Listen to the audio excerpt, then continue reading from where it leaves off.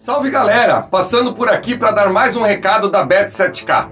Como é de conhecimento geral, a Bet7k até R$ 1.200 de bonificação na sua primeira entrada. Trabalha também com cash out, ou seja, você pode assegurar o seu ganho mesmo antes de terminar o evento que você fez a aposta, ou até mesmo para prevenir aí possíveis perdas. São mais de 30 esportes dentro do site da Bet7k que você pode ficar acompanhando simultaneamente. E não esqueçamos também do cassino. São mais de 100 jogos online que você tem a possibilidade aí com a Bet7k. Ou seja, pensou apostas, pensou Bet7k.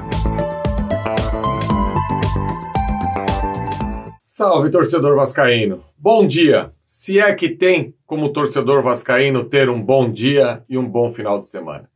Depois de tudo aquilo que aconteceu na última quinta-feira e também daquilo que aconteceu ontem. O Ituano, que não poderia vencer, acabou vencendo. E agora, torcedor, o que nos resta eu tenho até vergonha de falar isso, sabe?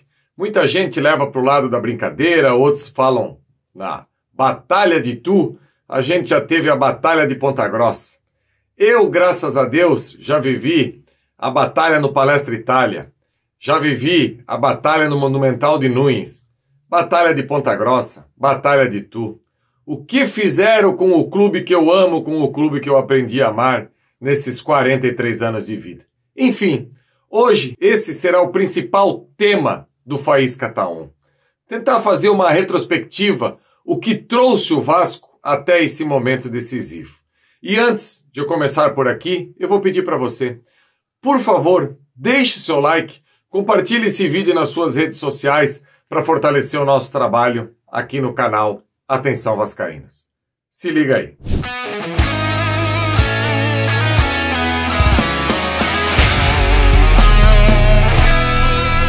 Pois bem, torcedor vascaíno. Hoje talvez seja o Faísca Tá On mais triste daqueles todos que eu já gravei para trocar essa ideia com você por aqui. Eu, que durante os últimos meses procurei aí inovar, tentar fazer algumas coisas diferentes, principalmente fazer uso aqui dessa prancheta que eu fiz com todo o carinho do canal Atenção Vascaínos, personalizada, enfim, mexer aí os bonequinhos e deixar claro alguma questão tática, alguma questão técnica dessa equipe do Vasco. E hoje eu vou procurar deixar a prancheta de lado. Eu não vou ficar me apegando a alguns fatos que fizeram o Vasco não vencer ou pelo menos empatar com a equipe de Sampaio Corrêa. Eu não preciso usar uma prancheta para mostrar que quando uma equipe vai cobrar um escanteio e coloca 2 jogadores ao lado da bola, eu preciso que 2 jogadores saiam da área para vir ali combater. Isso aí qualquer escolinha de futebol de sub-13, sub-15 espalhada pelo Brasil e pelo mundo sabe a maneira de marcar.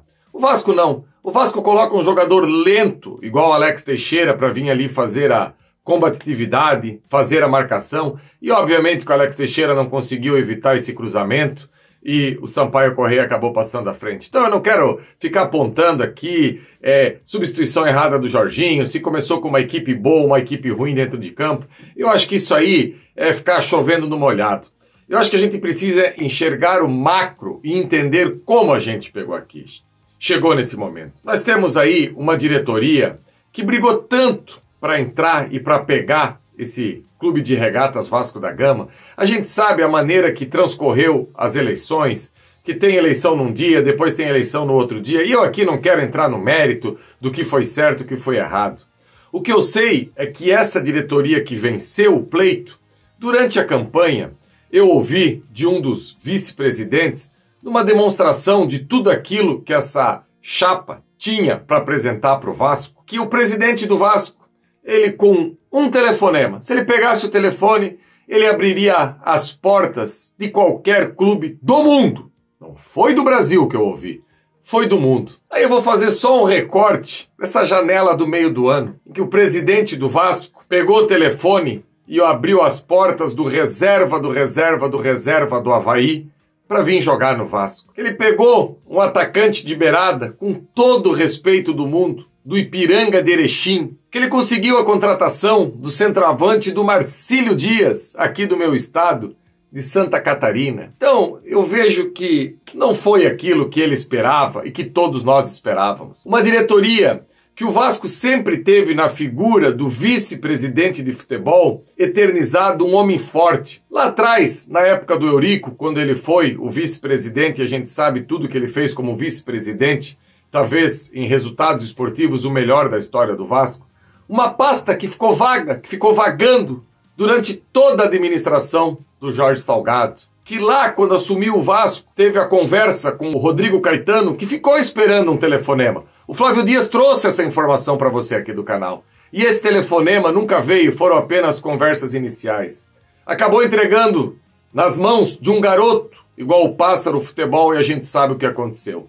Aí esse ano, no ano que era para ser o ano da afirmação, o ano da redenção, mais uma aposta no Carlos Brasil, que é um excepcional profissional de base do futebol brasileiro. Só que, como o futebol era o profissional que o Vasco estava precisando, mais uma vez aconteceu o que aconteceu. E o Brasil, dentro daquilo que a gente não pode cobrar muita coisa, não trabalhou, o Vasco acabou perdendo o Zé Ricardo. E o que faz o Brasil? Vai lá e aposta no Maurício Souza, que também nunca trabalhou no futebol profissional, como treinador mesmo. E o que faz o Vasco depois? Tenta com o Faro, que foi a maior vergonha que eu tive como vascaíno dentro de um estádio, foi a derrota para o Brusque. O Brusque que há 14, 15 jogos não ganha de ninguém, só ganhou do Vasco. O Brusque que nos últimos 12, 13 jogos fez gol em 2 jogos e um foi contra quem? Contra o Vasco. Então o problema é muito macro. E hoje, torcedor, eu vou dizer para você que esteve em São Januário e que derramou as lágrimas por esse Brasil inteiro na última quinta-feira. Você não merece isso, torcedor. Longe, longe, longe. Você não merece isso. Na madrugada de sexta-feira, 2 horas da manhã, o Bismarck, que está junto com a gente aqui no canal, relatando que lá em São Januário mesmo, o filho dele, o Lorenzo, chorando. E ele, Bismarck, dizendo: Lorenzo, perdão por te fazer vascaíno. Desculpa por te fazer vascaíno. Eu aqui na minha casa, antes de começar a live do pós-jogo, passando a mão na cabeça do meu filho, Felipe, a gente dá tanta importância ao futebol que até o nome do seu filho, que é para uma vida inteira, tá ligado a essa cruz de Malta aqui, ó. Tá ligado a isso aqui, ó. Sabe? Você vai lá e diz: Felipe, filho, vai dormir, filho. Amanhã é um outro dia. Vamos ver como é que vai ficar os resultados. O Flávio trouxe no pós-jogo que a filha dele, que já é uma mulher com 19 anos, chorando por esses caras, por essa diretoria, por essa comissão técnica, que o trabalho do Jorginho é horrível. Você não vê nada, você não vê nada. A equipe do Vasco hoje, você não sabe qual é o modelo de jogo que o Vasco emprega nas partidas. Aliás, no jogo contra o Sampaio Corrêa, o Vasco voltou para a década de 80. O Vasco voltou para aquela história de colocar um centroavante dentro da área e ficar fazendo chuveirinho. Mas eu não quero falar da parte tática e técnica, porque se você for para apelar para colocar um cara de 2,50 m dentro da área e ficar fazendo chuveirinho lá da intermediária, eu estou perdendo meu tempo, porque esse futebol já passou, esse é um futebol ultrapassado. E hoje, o que a gente vê dentro do Vasco é isso, são pessoas ultrapassadas, são pessoas que têm que passar longe dessa equipe do Vasco.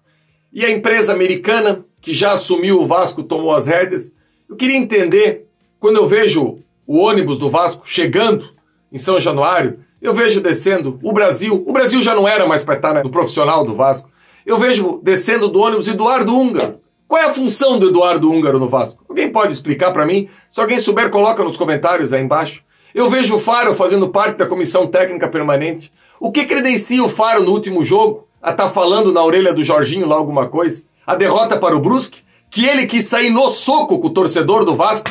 Quem ama isso aqui, que pagou 150, 160 reais no ingresso em Brusque, como eu paguei, e o que teve de prêmio? O Faro querendo ir lá brigar, bater boca. É isso. Não quer estragar o ambiente? Quem comanda o futebol do Vasco hoje não quer mandar essa galera toda embora e limpar isso aí? Olha, torcedor, você não merece isso, eu falo. O Lorenzo, filho do Bismarck, não merece, o Felipe, meu filho, não merece, a filha do Flávio Dias não merece, e você que está me vendo aí do outro lado, nesse sábado pela manhã, não merece. Agora, o que resta para o torcedor do Vasco? Um empate em Itu, algo que era para ser para você tirar de letra. Algo que era para ser uma tranquilidade. Estamos a um empate do acesso. Agora, com o futebol apresentado nesses últimos jogos, essa derrota para o Sampaio, ela desenhou no jogo lá de Ponta Grossa, ela desenhou contra o Sport de Recife, ela desenhou contra o Criciúma. Se a gente parar para pensar friamente, é um milagre o Vasco estar chegando na última rodada dependendo só dele. O Vasco já era para estar eliminado dessa Série B. Porque esse elenco de vários jogadores que tem medo de jogar, eu não gosto de usar a palavra fracassado porque é meio pesado e eu não vou usar essa palavra aqui para esse elenco. Mas esse elenco assim já mostrou várias vezes que quando aperta, quando o negócio, eles não aguentam a pressão. Eles acabam, sabe? Então assim, é com esses caras que a gente vai ter que disputar esse jogo final da semana que vem. E eu espero que a hora que acabar o jogo, que não tenha uma grande comemoração. Porque eles não merecem. Sabe por quê, torcedor? Porque na história centenária desse clube, eles já entraram negativamente. Porque o Vasco nunca perdeu 8 partidas fora de casa de forma consecutiva. Então esse recorde negativo já tá, esse carimbo já tá nesse elenco, já tá nesse grupo, já tá nessa diretoria e já tá nessas comissões técnicas que passaram pelo Vasco. Então essa mancha, eles já têm, entendeu? Algo que o Vasco jamais imaginou. Numa Série B, era pro Vasco perder aí 4, 5 partidas da competição inteira e não perder 8 partidas consecutivas. Então, torcedor, é com esses caras que a gente tem que ir. Mas tem que ficar bem claro que acabou o jogo, não tem que ter comemoração. Tem que ser um alívio e com exceção dos jogadores da base e alguns também, porque alguns da base não têm condição de jogar no Vasco, é todos um até breve não, desculpa, até estava me enganando aqui. É um até nunca mais, uma bela cesta de Natal, aqui ó, Feliz Natal, um próspero ano novo e até nunca mais. E que o Vasco rasgue essa página da sua história linda, que o Vasco possa respirar novos ares, porque hoje o Vasco cansa, hoje o Vasco acaba com o final de semana do vascaíno, hoje o Vasco acaba com o bom humor de um pai que quer brincar com o filho, hoje o Vasco acaba com tudo aquilo que a gente tem de bacana e legal na nossa vida. E olha que o futebol, a gente dá tanta importância que tem até um ditado, que o futebol das coisas menos importantes é a coisa mais importante da nossa vida. Eu diria a você, torcedor, que eu e muitos de vocês que estão me assistindo dão uma importância muito grande ao que é esse futebol. E eu espero, do fundo do meu coração, que esses caras que não têm qualidade técnica, que essa comissão técnica que já mostrou também que não tem a mínima condição de ficar para o ano que vem, mas que tenham, aqui ó, vergonha na cara, e que na partida contra o Ituano eles deixem a vida dentro de campo. Deixem a vida!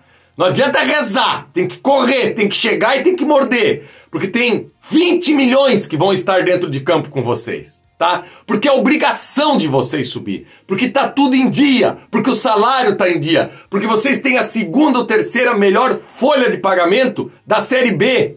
Então não basta fazer só mais um jogo, tem que ser o jogo. E é isso, aqueles que amam essa cruz aqui, esperam que aconteçam no próximo final de semana. Valeu, galera! Hoje eu procurei aqui dar esse depoimento que eu tenho certeza que é o de muitos vascaínos espalhados pelo Brasil inteiro.